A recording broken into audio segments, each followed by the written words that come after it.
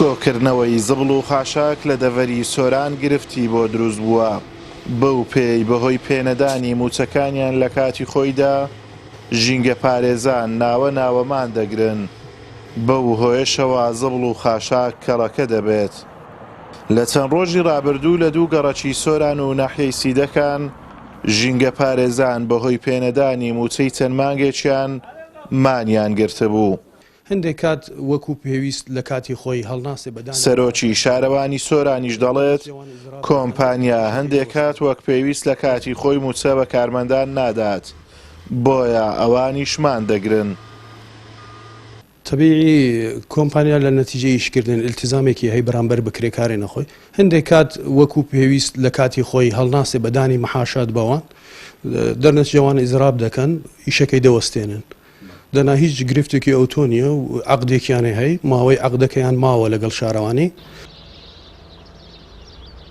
ڕۆژانە 700 تۆن زبڵ و خاشاکی 4 قەزا لە زبڵخانەی سۆران بە شێوەیەکی نازانستیانە کۆ دەکرێتەوە.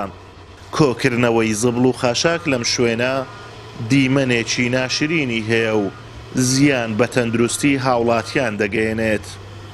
ئەم ئاوەی دەڕژێتە ڕووباری کاولۆکان لە قەزای ڕەواندوز ئاوی قورسە کە ڕۆژانە 100,000 لیتر لە نزیک ڕووبارەکە دەڕێژرێت و دووهاتر تێکەڵ بە ئاوی ڕووبارەکە دەبێت و پیسی دەکات.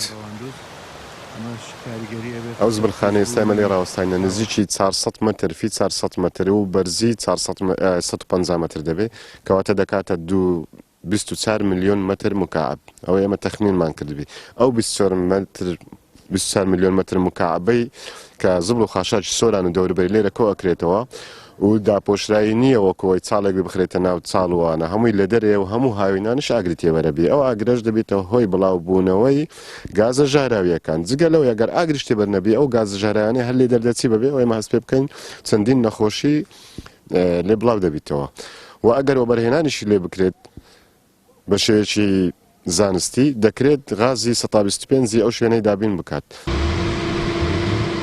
ڕۆژانە لە سنووری ئیدارەی سۆران لە ڕێگەی 1280 کرێکار و 300 ئۆتۆمبیلی بار هەڵگرەوە کۆمپانیا زبڵ و خاشاکی دەڤەرەکە کۆ دەکاتەوە.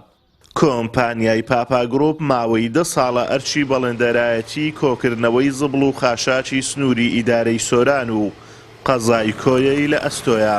لە بەرامبەر کارەکانیاندا حکوومەت مانگانە بڕی 1 ملیار و 380 ملیۆن دیناریان پێدەدات. ئازاد ئۆمەراوەی کەناڵی ئاسمانی پەیام ئیدارەی سۆران.